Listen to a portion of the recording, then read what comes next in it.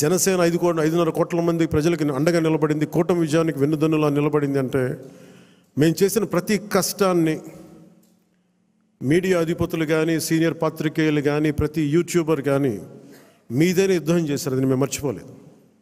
So మీకు మనస్ఫూర్తిగా నా హృదయపూర్వక ధన్యవాదాలు. ఇక్కడ మా దగ్గర ఛానల్ లేవు. మా దగ్గర నన్ను అందరూ అడిగేవాళ్ళు, ఛానల్ లేదు ఏం చేద్దామంటే, ప్రతి గొంతు మనకి ఛానల్ అవుతుంది, ప్రతి ఫేస్బుక్ మనకి ఛానల్ అవుతుంది, ప్రతి టీవీ మన ఛానల్ అవుతుంది. ప్రజల కోసం చేసినప్పుడు అన్ని ఛానల్స్ మన ఛానల్స్ అవుతాయి. అందుకనే నాకు ఇది మనది కాదు, ఇది వాళ్ళది అని నేను ఎప్పుడు అనుకోను. ఇంక్లూడింగ్ గత ప్రభుత్వం వాళ్ళ ముఖ్యమంత్రిగా చేసిన ఆయన ఛానల్ని కూడా నేను మనస్ఫూర్తిగా గౌరవిస్తాను. వాళ్ళు మనల్ని గుర్తించకపోవచ్చామే కానీ వాళ్ళకి ఆ గౌరవం సంపూర్ణంగా ఇస్తాం. సో మనస్ఫూర్తిగా మీ అందరికీ కృతజ్ఞతలు తెలియజేసుకుంటూ, ముఖ్యంగా లా అండ్ ఆర్డర్కి సంబంధించి ఈ మధ్యన చాలా కీలకం అయిపోయింది. నేషనల్ మీడియా అడిగింది, మన కర్నూలులో జరిగిన సంఘటన, ఉమ్మడి కర్నూలు జిల్లాలో జరిగిన సంఘటన, ఒక చిన్నపాటి బిడ్డ మీద ఏం జరిగిందో అందరూ మైనర్ బాలు ఏం చేశారు మీకు అర్థమైంది. నన్ను స్పందించమన్నారు. ఏం మాట్లాడాలంటే, ఒక 18 ఏళ్ళు దాటిన యువతనైతే ఎలాంటి పనిష్మెంట్ అని ఇచ్చేయచ్చు. ప్రతిసారి ఇలాంటి దుర్ఘటనలు జరిగినప్పుడల్లా ఒక మనిషిని ఎన్కౌంటర్ చేస్తే సమస్య తీరిపోద్దా అనేది ఎప్పుడు నాకు సందేహం. మరి ఏం చెయ్యాలి అనేది కూడా అందరూ కూర్చొని చేయాలి. అందుకని మన వ్యవహార శైలి, ముఖ్యంగా రాజకీయ నాయకుల్లో చాలా మార్పు రావాలి. వీరి భాషా వ్యవహారాలు ఇష్టం వచ్చినట్టు తిట్టేసి, ఇష్టం వచ్చినట్టు బూతులు తిట్టేస్తే, నాయకుల్ని రౌడీల్ని పెంచి పోషిస్తే చిన్నపిల్లలకు కూడా అది ఆలవాలం అయిపోయింది. అందుకని లా అండ్ ఆర్డర్ విషయంలో మీరు చాలా టఫ్గా ఉండండి. మన ఎమ్మెల్యేలందరికీ చెప్తా ఉన్నాను, మన ఎంపీలందరికీ చెప్తున్నాను, చాలా చాలా బలంగా ఉండండి, అన్కాంప్రమైజింగ్ ఉండండి లా అండ్ ఆర్డర్ సంబంధించి. అలాగే విద్యా వ్యవస్థలో కూడా మనం నెక్స్ట్ మీటింగ్లో ఎప్పుడు కూర్చున్నప్పుడు దీనికి సమాజం కూడా మారాలి, కొంత బాధ్యత తీసుకోవాలి. ఈ సినిమాలు చూసో లేదంటే సామాజిక మాధ్యమాలకు ప్రతి ఒక్కరం కూడా మన కుటుంబాల పట్ల మనం బాధ్యత తీసుకోవాలి. ఇదే నేను లాస్ట్ క్యాబినెట్ మీటింగ్ నేను వస్తూ ఉన్నప్పుడు ఒక తల్లి ఇక్కడ వచ్చి ఆగింది.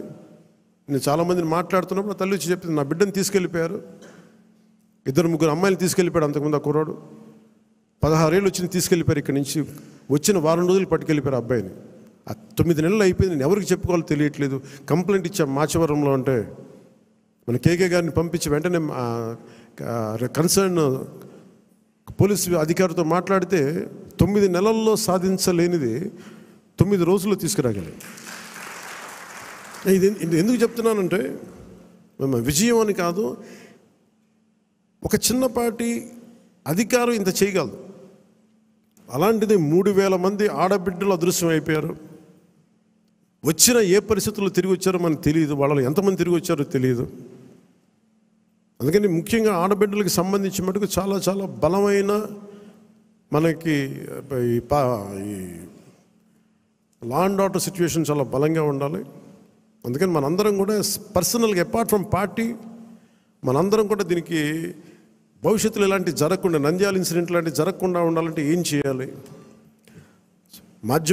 ప్రసార మాధ్యమాలు కూడా నా కోరిక ఏంటంటే, ఎంతసేపు తిట్ల పురాణాలు కాకుండా మీరు ఇవ్వాల్సింది ఇలాంటి చర్చలు, ఇలాంటి దుర్ఘటనలు జరగకుండా ఉండాలంటే ఏం చేయాలి, దాని మీద కొంచెం హెల్తీ డిబేట్స్ పెట్టండి.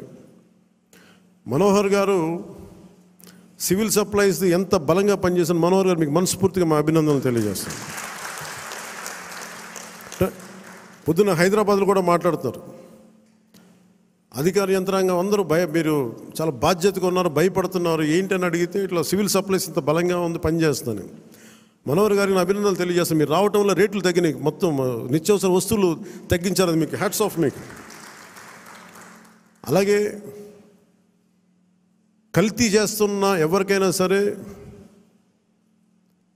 మనకి పౌర సరఫరాలకు సంబంధించిన పబ్లిక్ డిస్ట్రిబ్యూషన్ సంబంధించిన రైస్ని, అక్రమ ఎగుమతుల్ని ఖచ్చితంగా బలంగా ఎదుర్కొంటాం. అది రేపు క్యాబినెట్ మీటింగ్లో కూడా మాట్లాడుతుంది దాని గురించి. పెట్టుబడులు వచ్చేలాగా, భవిష్యత్తు ఆనందదాయకంగా ఉండేలాగా, అందరికి ఉపాధి అవకాశాలు కల్పించేలాగా భవిష్యత్తులో మనందరి కార్యక్రమాలు ఉంటాయి. మీ అందరికీ నేను అండగా ఉంటానని తెలియజేసుకుంటూ, జస్ట్ మీకు 2 వీక్స్ ముందు మీరు నాకు దయచేసి మీరు అందరూ నా అపాయింట్మెంట్ కావాలి, మీతో నాతో మాట్లాడాలంటే నేను మీకు అందుబాటులో ఉంటాను. నాతో పాటు కాకుండా మన నాయకులు కూడా ఇక్కడే వారానికి ఒక్కొక్క ఎమ్మెల్యేని ఇక్కడే ఉండమని చెప్పాను. దాదాపు నెలలో 30 రోజులుంటే మనకున్న 23 మంది ఎమ్మెల్యేలు కానీ 2 ఎంపీలు కానీ 23 మంది నాతో సహా రోజుకి ఒకళ్ళని చొప్పున ఇక్కడ ప్రత్యేకించి మీకు అందుబాటులో ఉంటాం. మీ నియోజకవర్గపు కష్టాలు కావచ్చు, ప్రజల సమస్యలు కావచ్చు, ఏదైనా సరే మీకు చెప్పుకోవడానికి మీకు అండగా మీకు ఇక్కడే ఉంటారు, కనీసం ఒకళ్ళు ఉంటారు. సో ఈ సందర్భంగా మీ అందరికీ ప్రతి నియోజకవర్గానికి, ప్రతి ఎమ్మెల్యే గారికి కానీ, ప్రతి ఎంపీకి, ప్రతి ఒక్కరు కూడా కేంద్ర కార్యాలయంలో ఒక రోజు మీరు గడపాలి, ప్రజలకు అందుబాటులో ఉండాలని నేను ఈ సందర్భంగా కోరుకుంటాను. సో మీ అందరికీ ధన్యవాదాలు తెలియజేసుకుంటూ సెలవు తీసుకున్నాను. జై జనసేన, జై హింద్.